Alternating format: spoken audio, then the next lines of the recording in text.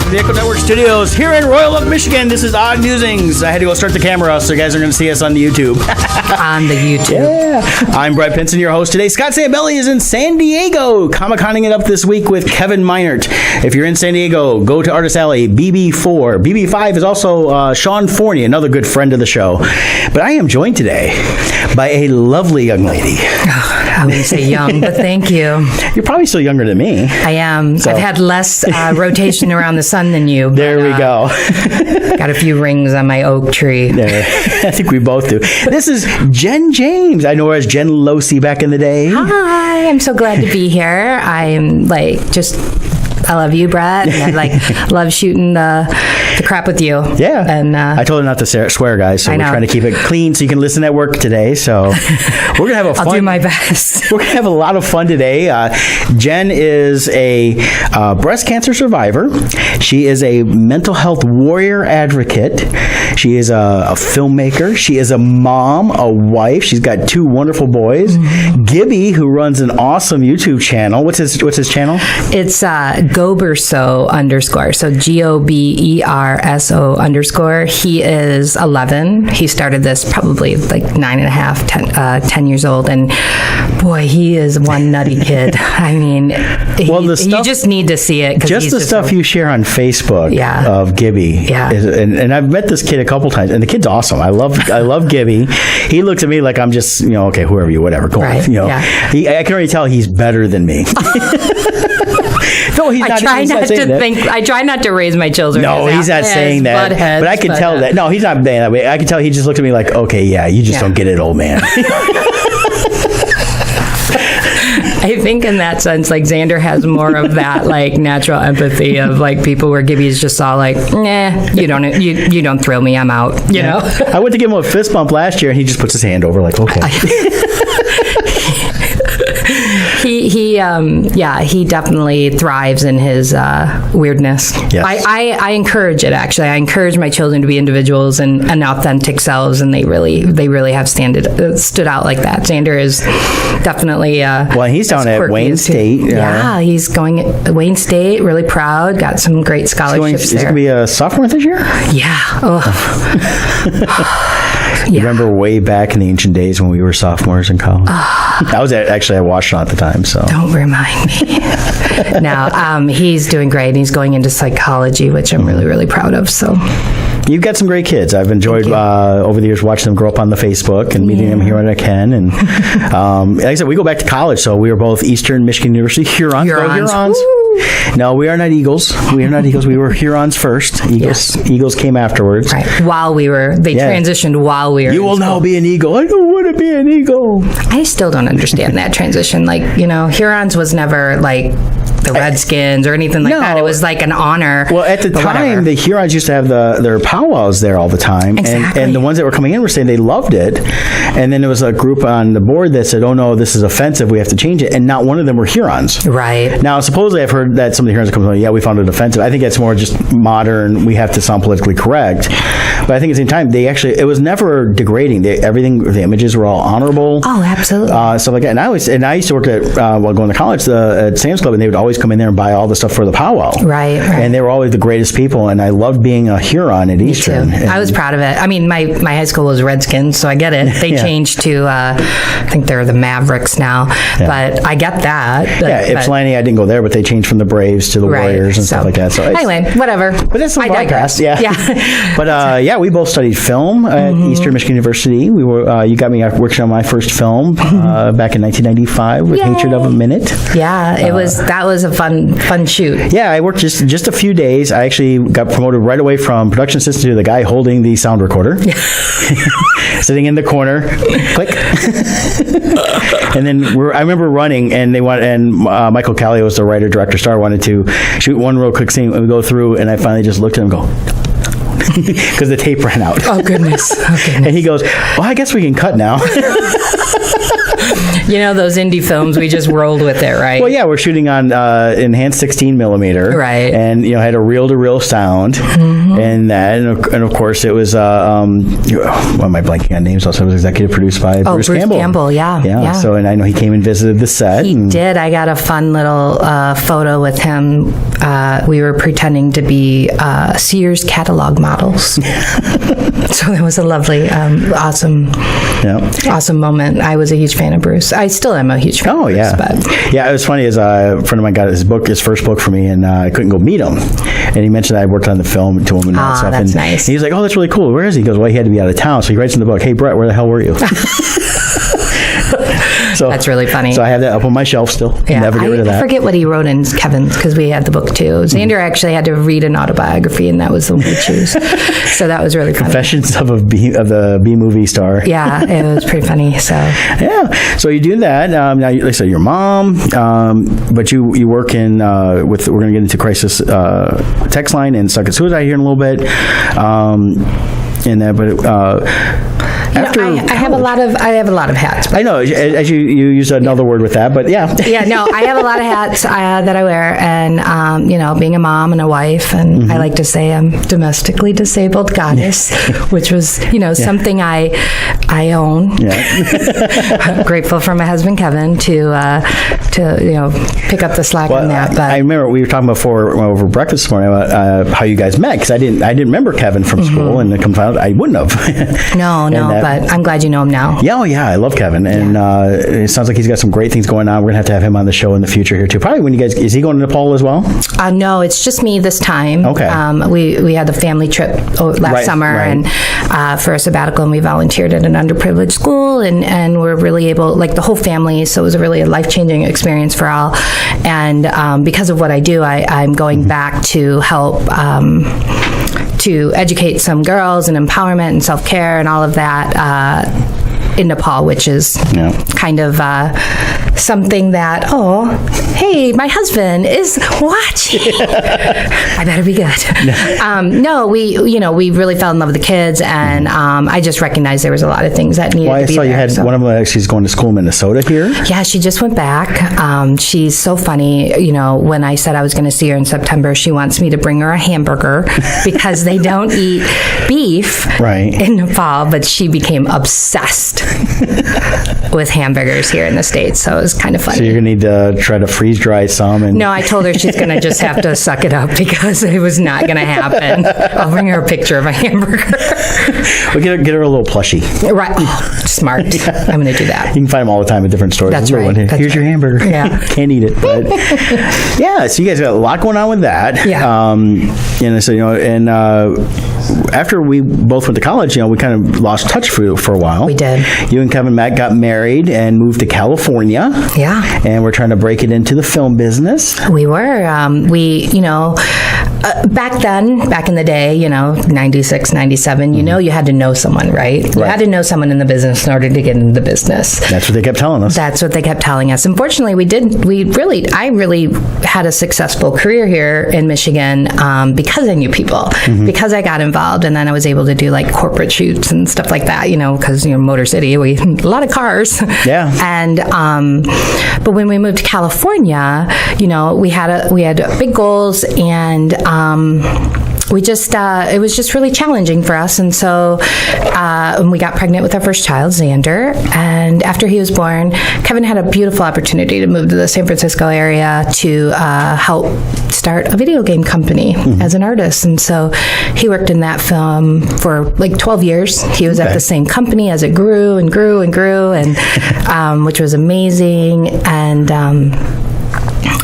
then we moved back to Michigan due to a family health issue. My dad got pretty sick, and I needed to be here in Michigan to be with them and help take care of them. I know we had reconnected about a year before that. Right, yeah. And it's funny, Facebook helped. It was funny because one of my favorite professors was Dr. Cooper at Eastern, and I went and saw him, and I was talking to him about a couple of things because I was looking at some career choices and thinking about maybe going back to college, stuff like that. So I talked to him a little bit, and your name came up, and he goes, "Yeah, I wonder what she's doing now." And I'm like, at that time, we'd all lost touch. Facebook wasn't a thing. MySpace was barely a thing.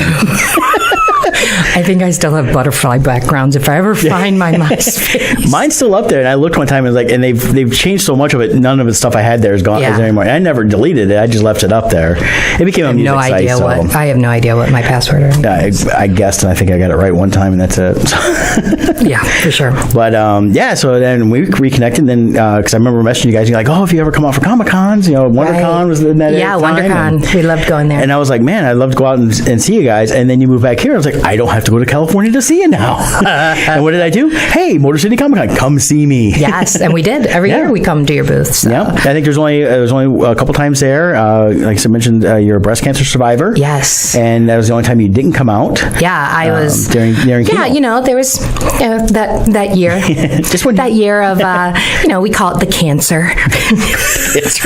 The cancer year, which is fine. Before we really think about it, the cancer feels white. We talk about it. Yeah, we don't talk about the cancer. The cancer year. Yeah. But we do, because I'm not ashamed of it, and I am who I am. You are. And the thing that I always loved about you in college, as we were friends, was how unique you were. You were always just Jen. Yeah. And there's some things that when we get into the next segment here, that surprised me. And that's because I knew Jen as she was fun. She could party. That is. And that we had a great time for a week out in LA. We all went out for the conferences and stuff like that. And we went all over. Venice Beach was a blast. We were doing that a couple times. And then we went down and saw the Chinese Theater and went to City Walk Time for Universal. We did so much. That was a really fun trip. I don't think we really slept much.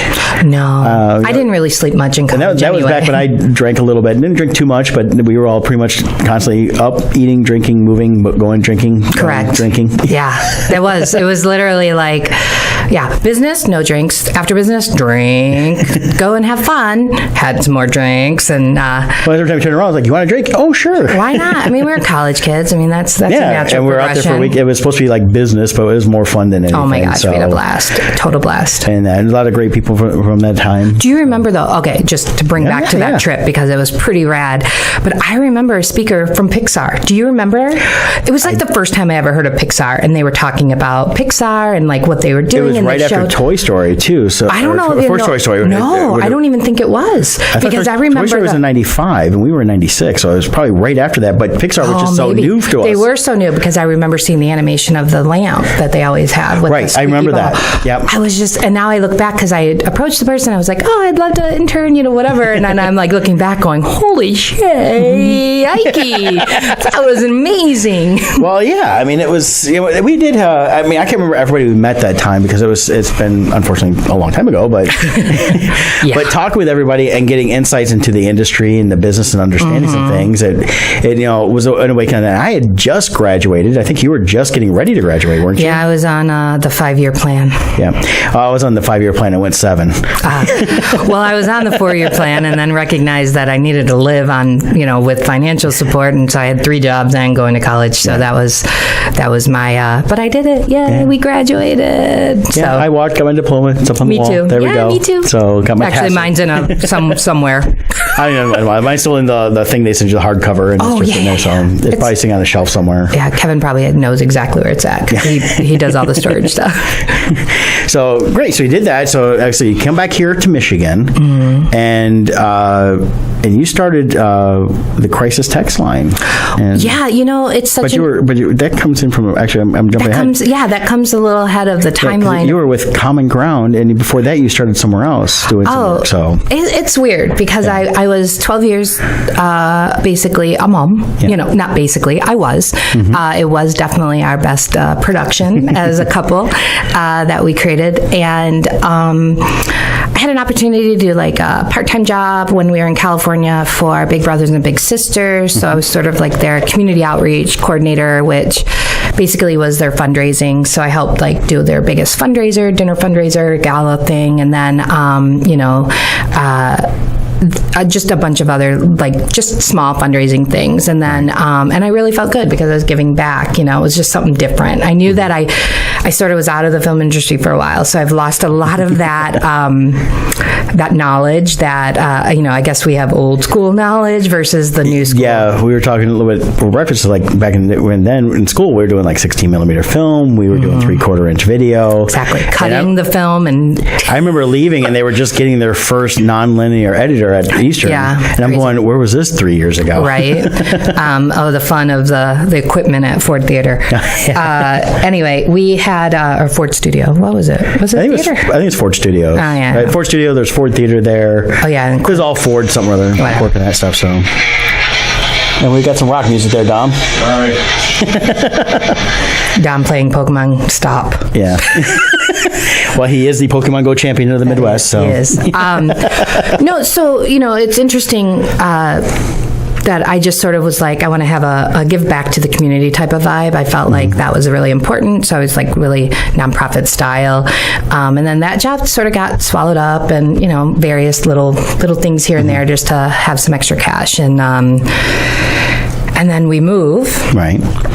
And now, I'm going to take you just back there a little bit. Is both of us in college always talk about working in the film industry and things like that. And right at college, I already had this job, and then kind of took off a little bit for a couple of years there. So I got away from it myself, and next thing you know, it was 10 years later. Right. And but for you as well, I mean, you went out there, you started trying to work in the industry, and then you kind of get away from it. Did you ever think you'd end up doing what you did out there with the Big Brothers Big Sisters? Oh my gosh, no. Again, it's such a weird. I think of my life, right? And I think of all the things that I've done, and I feel like there's just always this guided I don't know. I can't even explain it. It's sort of like I'm drawn to certain things, and then I have these opportunities that I would never think I would have. So like I said, a friend of mine was on the board of Big Brothers and Big Sisters, said, hey, they're looking for this thing. Why don't you check it out? And then I get the job. And I'm like, I've never done fundraising. I don't know. I guess I'm good at telling people what to do. I am the creative director. Well, that's another title. You were good at that in college, too. So. I was very good at that. You do this, you do this, you do this. You're not in charge. I am now. Yes. I'm like a leader, a natural-born leader who also just tells people what to do. There you go. But I'll also show you. I'm not like a boss. I'm more like, I'm that flow go-to.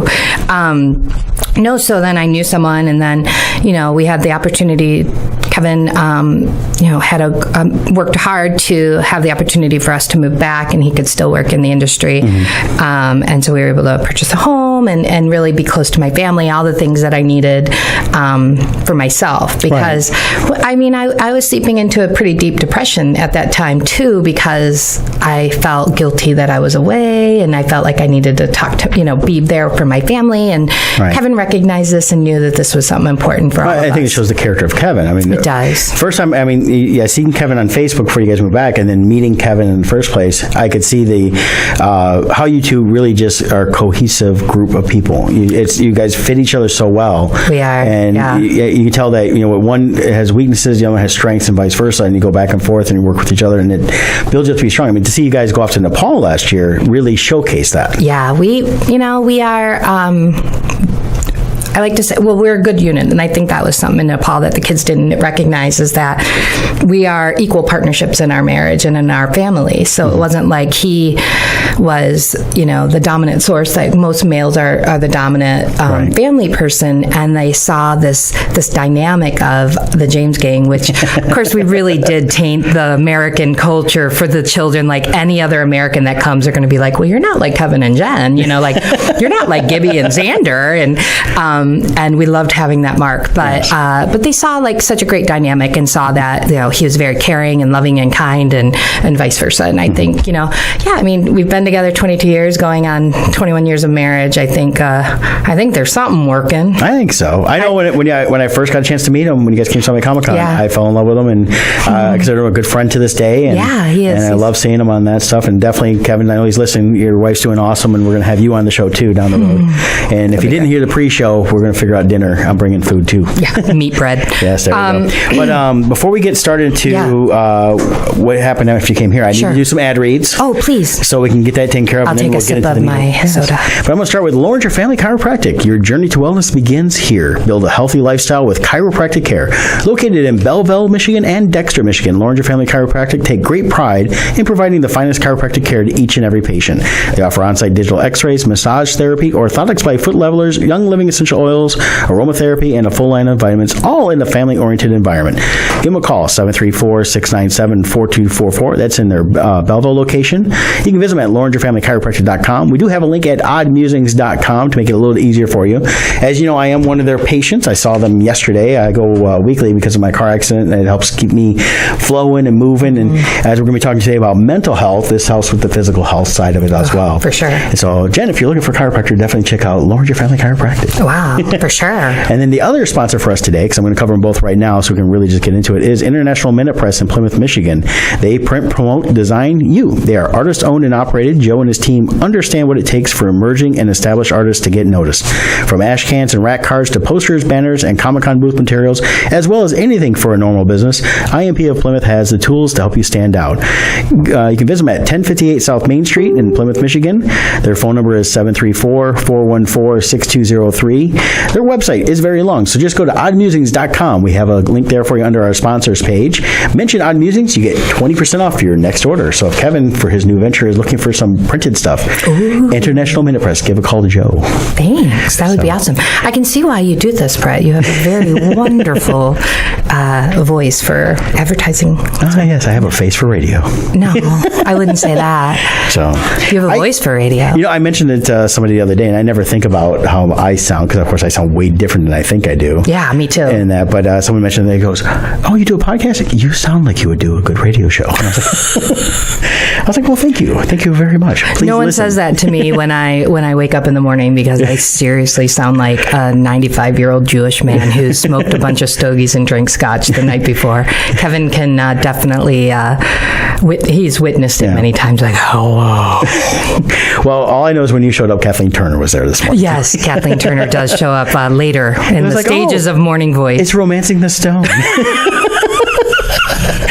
Way to date yourself there, Brett. I know. 1983. Come on. But I love that movie. I still watch it to this day. I do too. It's a good movie. Danny DeVito and Michael Douglas and good all that stuff. So all good stuff on that. Yeah. But you guys moved back here. Yes. And you started, you volunteered with Common Ground after working with another group. Yeah, you know, again, like I said, the weird timeline, like I come back, Kevin's working, we put Gibby in preschool, so I had a little extra time, and my parents were working at a food bank in my hometown, and it was community sharing in Highland, and they were looking for a case manager. And so my mom's like, "Oh, you should apply," you know, and a couple of other friends who were volunteers there, they were like, "Yeah, you should apply," you know, and I'm like, "All right." And so I apply, and it was just like a 15-hour-a-week job, and something to get you out of the house, really. It did. It got me out of the house, brought in a little bit of fun, felt like I was actually, you know, contributing for a while there. And it paid for Gibby's preschool, which was like a big factor. Yeah. And I helped, you know, redesign that whole casework style to helping the clients that come in, you know, needing financial support and stuff like that. Again, I don't have any social work background, Brett. You know, I'm a filmmaker. We studied film. I minored in marketing. I don't know what you minored in Eastern. Graphic arts. Graphic arts. So, I mean, simply because it fit with all of the other college credits that I was taking. Took every single film credit you could possibly take. I did too. So it actually merged pretty well. But yeah, so, you know, I go there, and then I meet who eventually is, I mean, he's my mentor, Don Denoyer. He was a chaplain and was doing like crisis intervention for those clients who would come in and having an emotional, you know, needed emotional support. And he said, you know, you should volunteer at Common Ground, which is, you know, Oakland County's crisis line. Right. And so I go through the training, which he happened to be the trainer, and I loved it, went through it, and recognized I was really good at it. Like, I just had this natural empathy and compassion, and I was able to, and, you know, I'm not just saying it, like, people told me this, and then and you did. We talked about that before. Yeah, I got hired as a contingent supervisor, and then eventually I got hired full-time, and I helped create the chat program that they have, which is, you know, the online chat program. Instead of calling in, you could go through your computer and chat message with a crisis, you know, Which even in this day and age with all the text and stuff like that, that was still kind of a new thing. It was just, we were really trying to build a demographic and letting know that, recognizing that the youth in Oakland County weren't really calling in. And so we wanted to have a better resource for them to be able to reach out. And so I'm really, really proud of that. And it's still going strong, and I'm really, really proud. And, Common Ground is will always be a huge place in my heart. But from Common Ground, I don't want to say but, and from there, from Common Ground, I got associated with Crisis Text Line, which is, I'm the founding supervisor for Crisis Text Line. And go ahead. Do you have a question? Well, and at this point, though, I mean, it's kind of, now I got to take it back again. Yeah. Because we didn't talk about this in the first half. I want to keep it a little more light. Oh, yeah. But, there's a lot in my story. In 1995, I found out just a few months ago through a WebMD article. Yeah. And we'll try to get a link up on Odd Musings for you guys. You actually tried to take your life. I did. Strangely, it was... and it blew my mind. I cried the whole time reading it, but it blew my mind because I knew, the Jen I knew then was the happiest person, hardworking, had goals, driven, and this was not something you would ever expect to hear. I hadn't shared that for many, many years because it was just one of those things that I didn't feel was pertinent information. I didn't want to be judged by it. I didn't want to have the stigma of people knowing that I tried to kill myself. And that particular night, and you can read if you do put up the link, you can read the full blog of the day that I tried to kill myself. But what I've learned from that after is that I was struggling with bipolar and I wasn't diagnosed.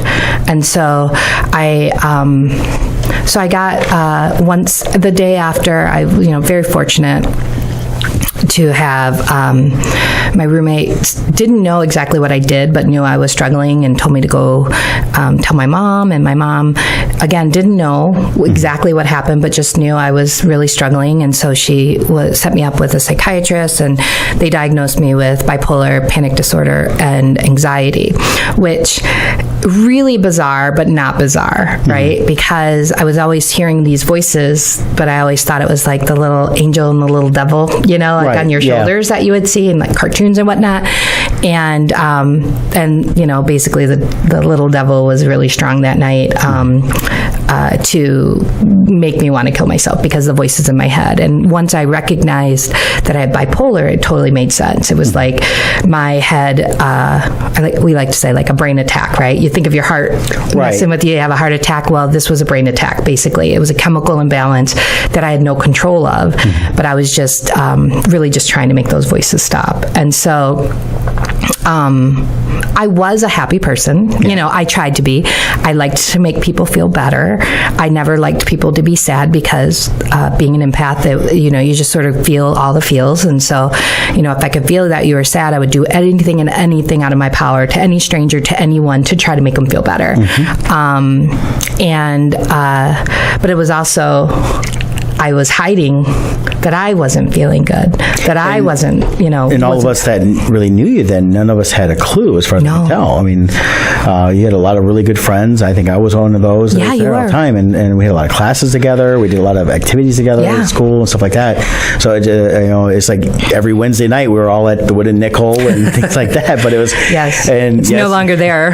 Poor I know. Nickel. It's boarded up. They tried to reopen a few years ago, but and didn't make it. But, so things like that. So when I'm reading this, I'm thinking back to that time, and I'm like, it was just, I had no idea of the signs.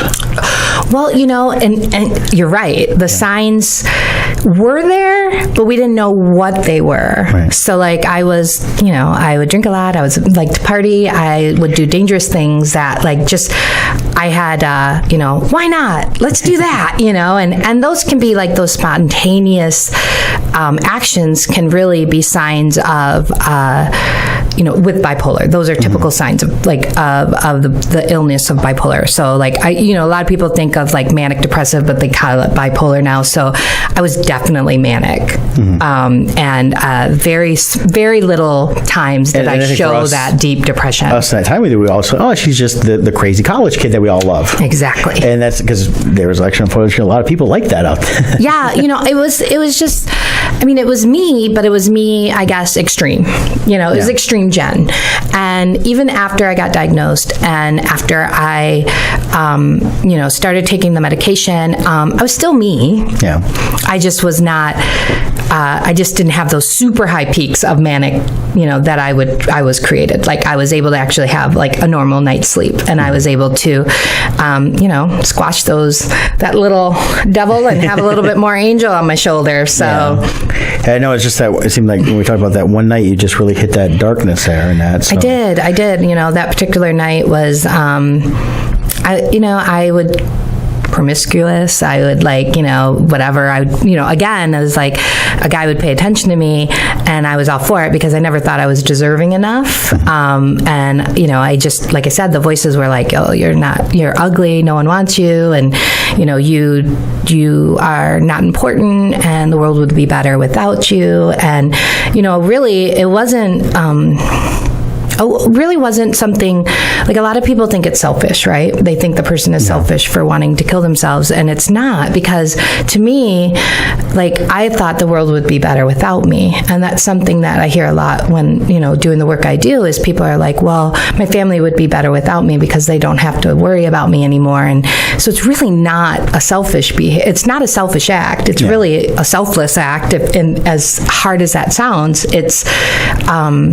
They just feel that they would be better without, the world would be better without them. And that's kind of the feeling I had, So it just, the noises, the voice, they just were getting harder and harder and harder. And I just wanted to stop them. And I kept hearing it. And, what I did was starting to try to stop them, but then ultimately it was like, no, I want to die. And luckily I didn't. I'm glad you didn't. Thank you.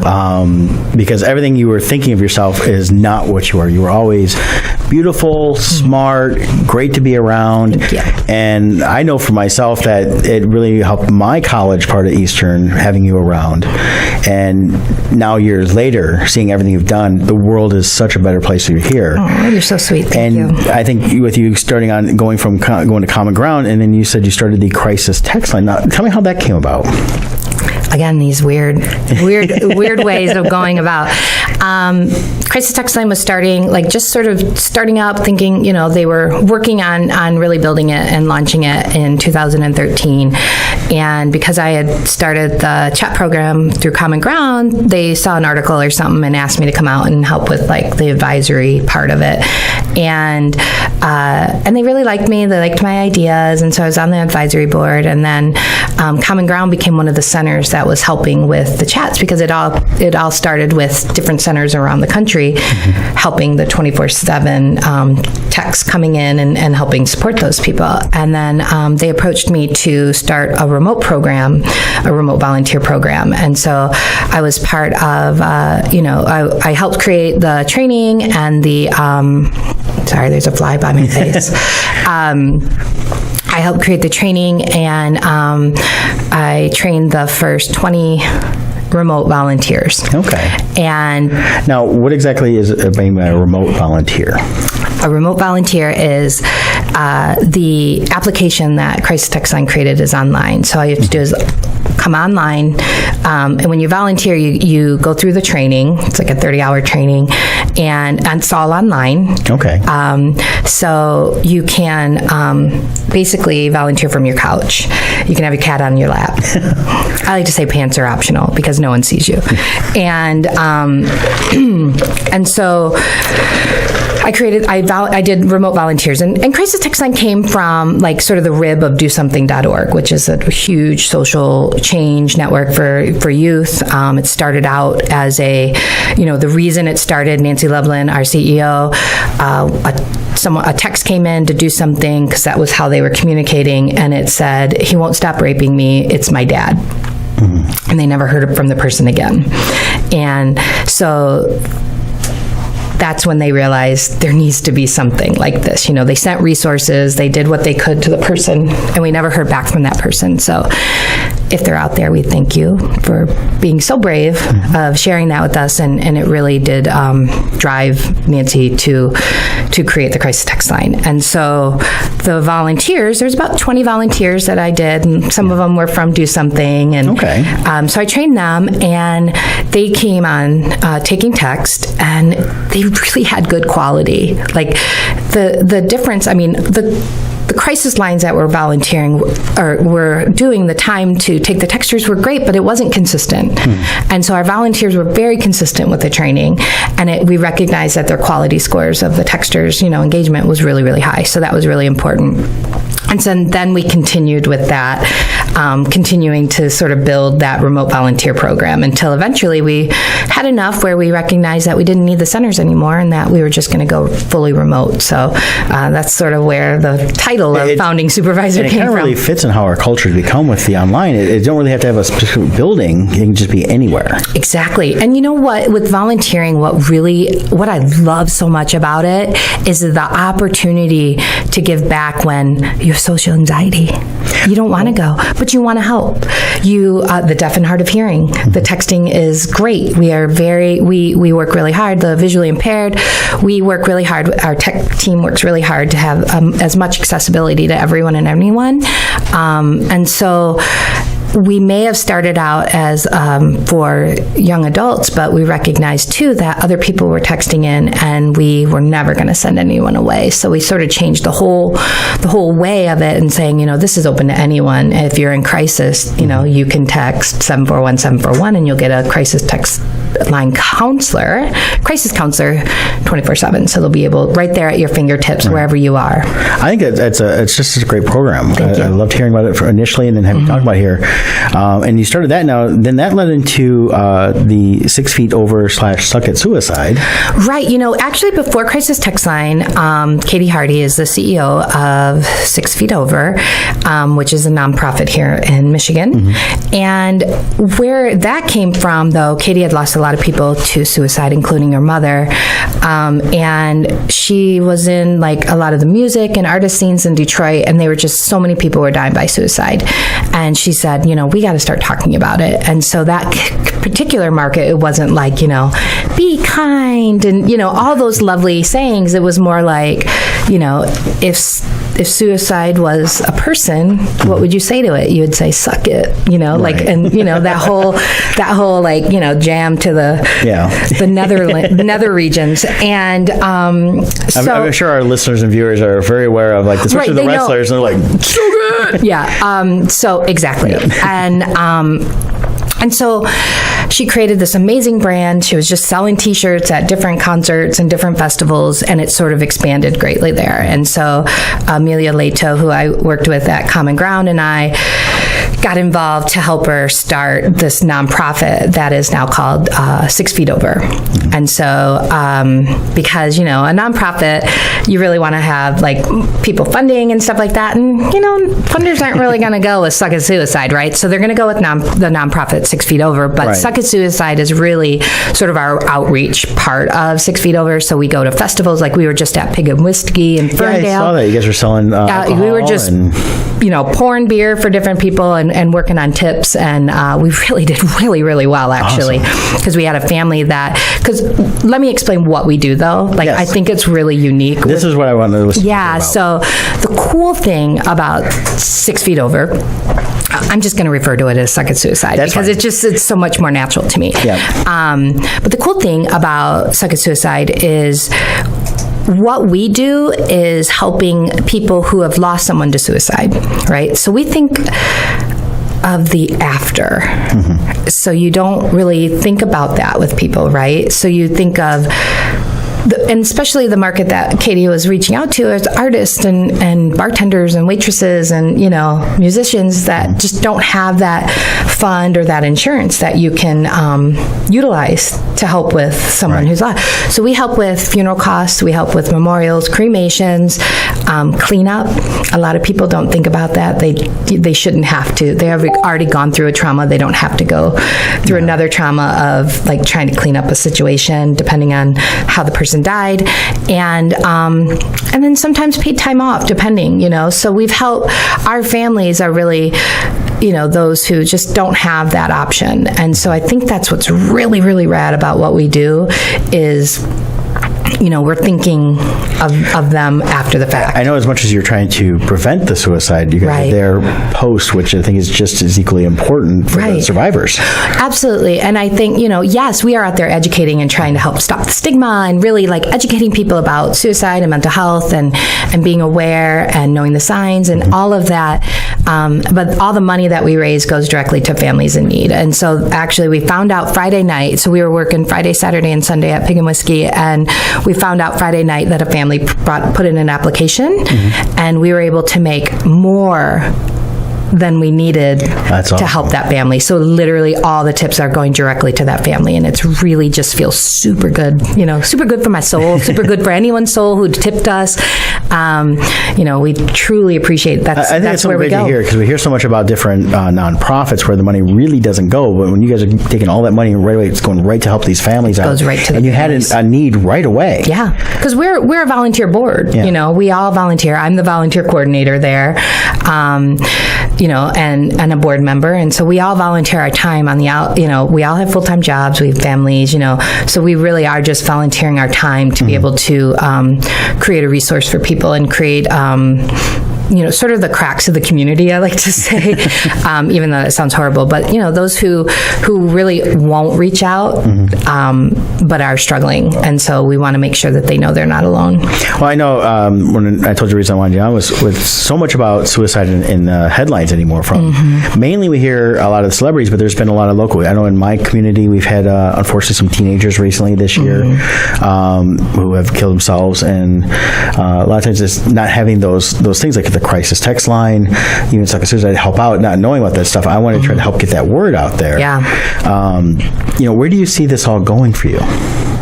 This is a huge endeavor that, I know it's not just you, it's a lot of people involved, but to see how you've kind of been spearheading so much of this, where's your hope on all this? I love that question because I think, my hope is to have enough education out there for people who are suffering, knowing that there are resources for them and that they don't need to choose to die by suicide, that they can get help and know that there's someone listening.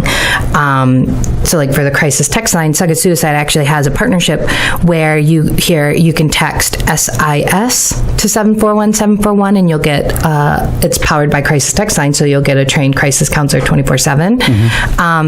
So we want people to be aware of that's out there, that's something available to them. And it's a national program, so you can text from anywhere.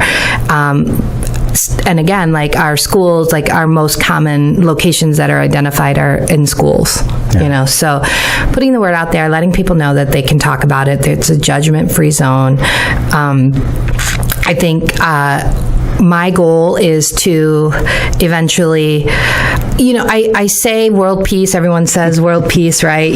Of course I want that, but what I really, really do want is world peace of mind. Well, I think that's a great way to put it. We all definitely want world peace. I think too many people think too much on that global spectrum. You've taken it and said, this is what I can do in my world here. Right, yeah. And seeing how that's, it's interesting to see how the change has gone from you being a filmmaker to all this great work you're doing. Yeah. And seeing everything you've come from. Yeah. To how you're able to channel that into helping you. I think it's been a great thing. And I'm really glad you got a chance to come out with this. We still got a few minutes here. We got plenty of time, but I'm not trying to rush us out of here. No. I would love to talk a little bit more about crisis text line. And that's what I wanted you to do. Is there, you had some bullet points and some things like that you want to hit? Or we're looking for volunteers, right? Because our volume's going up and we need the volunteer volume to go up with it. So we see a lot, like our highest busiest times are midnight to 6 a.m. Because like I said, with my struggles, nighttime really does bring a lot of darkness. And so people need to talk about it. And we're so grateful that there's people that we do have that volume, because that means people are reaching out, like with the Anthony Bourdain and the Kate Spade suicides, we saw a huge volume increase because people are like, what the heck is going on? I never knew, and they're suffering and they're sad. And so we are looking for volunteers. So if you are a night owl, insomniac, someone who really just wants to give back but can't have that extra time to go to a place like we were talking about, you can take our training online. You can do it from home, and we really ask 4 hours a week, and you can break that up into 2 hours shifts. But how you can go to our main website, and hopefully you can post it as well. Oh, yeah, and definitely give it now. Yeah, it's crisistextline.org/volunteers, and it'll take you right there and give you a little bit more of what we are looking for and what we do. You just 18 or older, U.S. citizen, no murders. You guys do a background check? We do a background check. I think it's a serious thing to ask. Because we do. And absolutely. I was wondering what the basic requirements are. So, so 18 background checks, as long as you can pass that. Yeah, and you have to be a U.S. citizen, because the background checks are for, with your Social Security number. Okay. And but we have people volunteering from all over the world. So we have people in London, we have people in Dubai.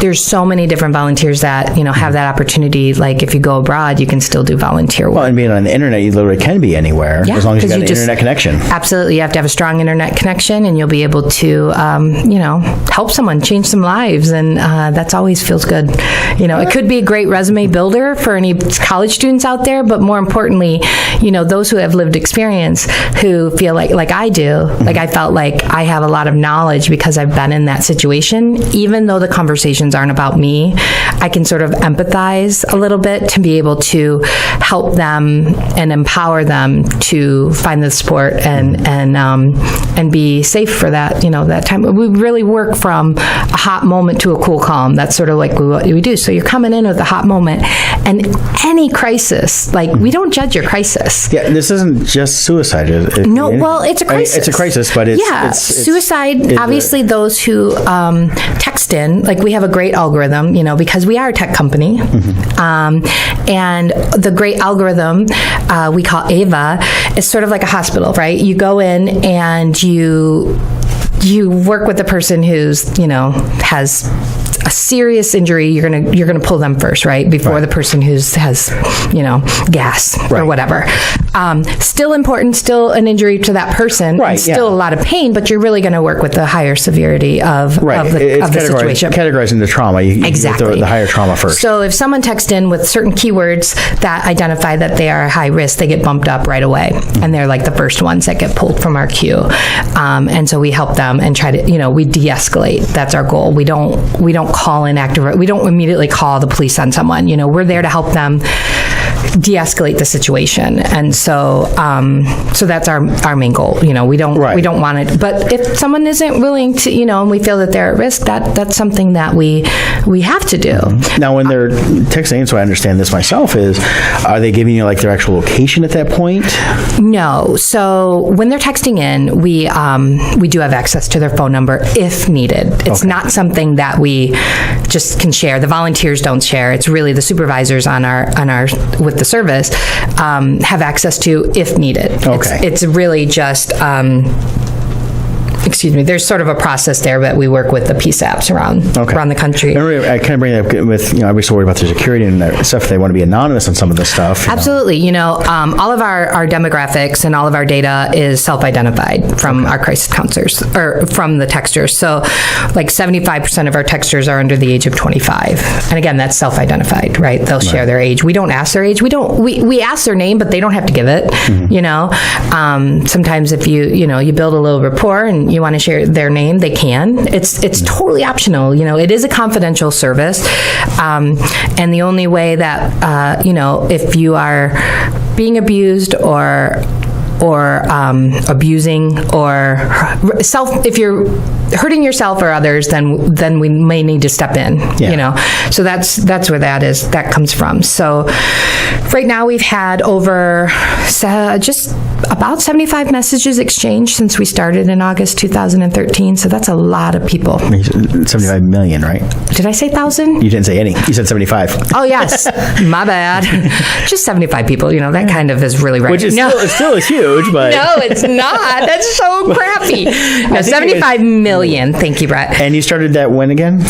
We launched in August 2013. Okay. And it was a soft launch in El Paso and Chicago, and we did zero marketing, and in 4 months, we reached all of the 295 area codes in the country.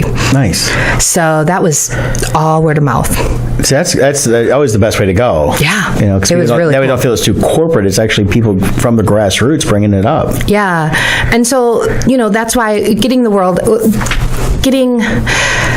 word out, but also, why I'm here is really to help stop the stigma and educate, so people can recognize that suicide isn't a bad word.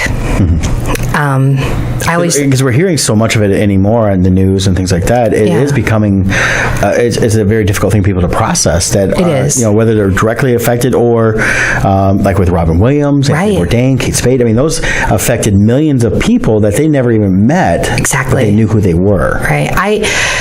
In 95, you didn't talk about it. No. My family didn't talk about it. No. You swept it under the rug and hoped that you could stomp it down before anyone noticed. The most talk I had was, unfortunately, a classmate in high school killed himself, and it was a shock to all of us because nobody expected that.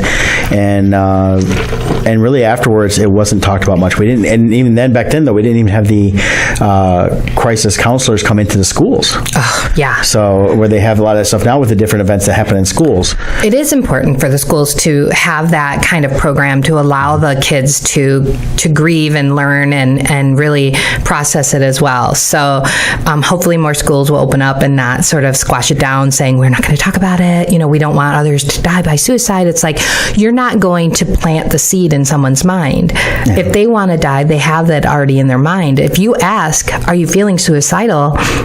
It's okay to ask that. If you see that and you recognize that somebody is feeling that way, by asking is kind of really releasing the feeling for them, like, oh, I can finally tell someone. And I think that's really the whole point of today, was to kind of get people out there to talk about this and say, whether you're recognizing someone it could be or whether you are, there's avenues that, we're going to get that fly. It's a Marty McFly. Oh, goodness.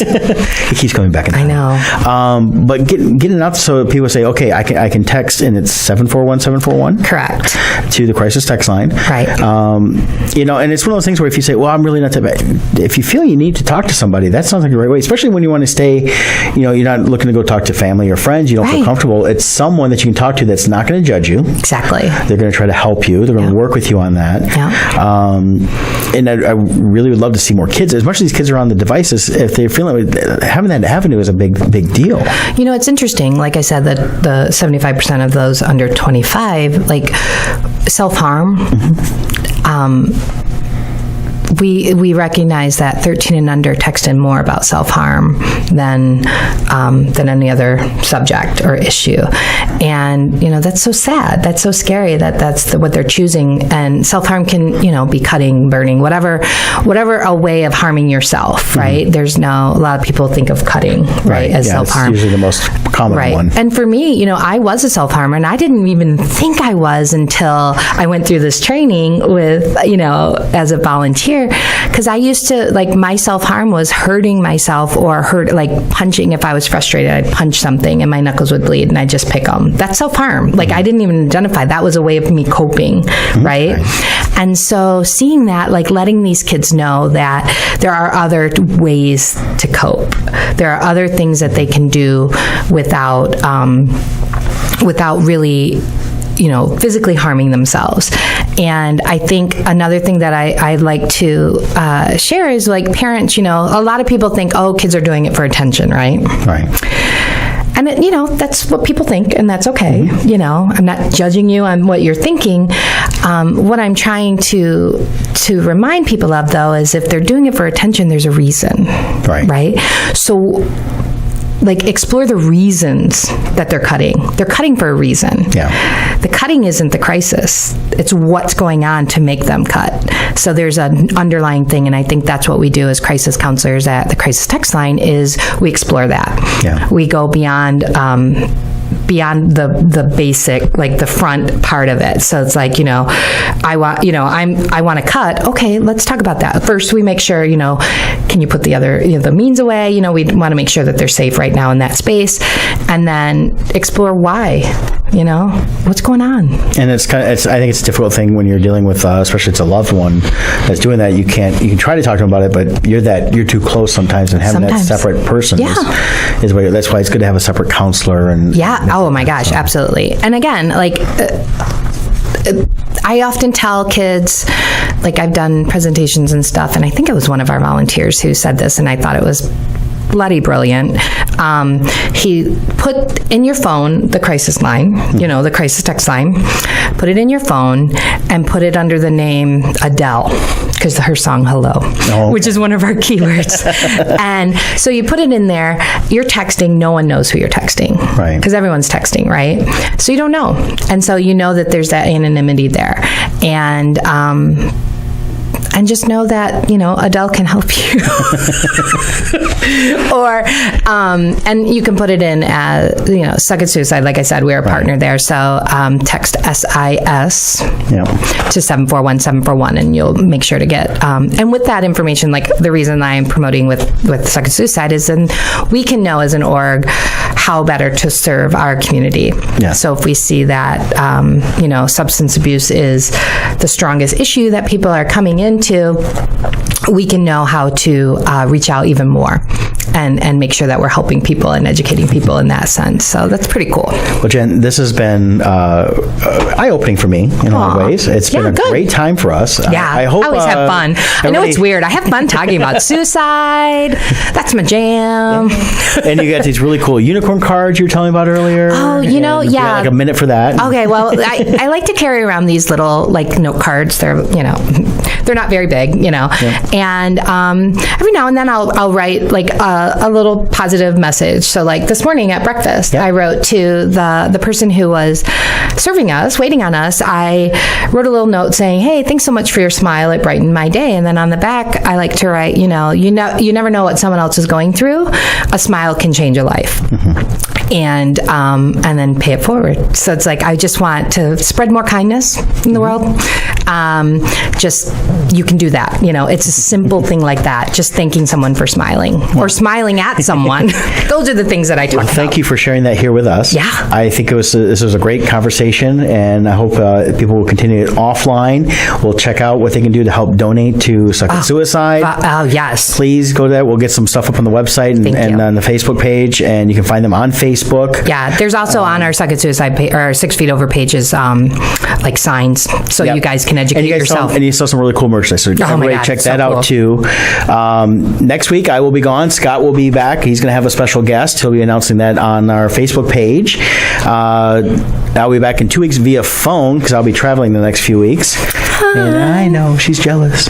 No, I'm traveling too. I know she's traveling all the time. That's all we do. But definitely tune in every week, 10 a.m. We'll be live. Hopefully you guys will start listening, checking in more, not just today. Oh my gosh, now I will. Yes. Luckily I work from home and I can do that. Yeah, there you go, Jen. Again, thank you, and I am really glad you are still here with us. Thank you, Brad. I really appreciate it. Take us out, man.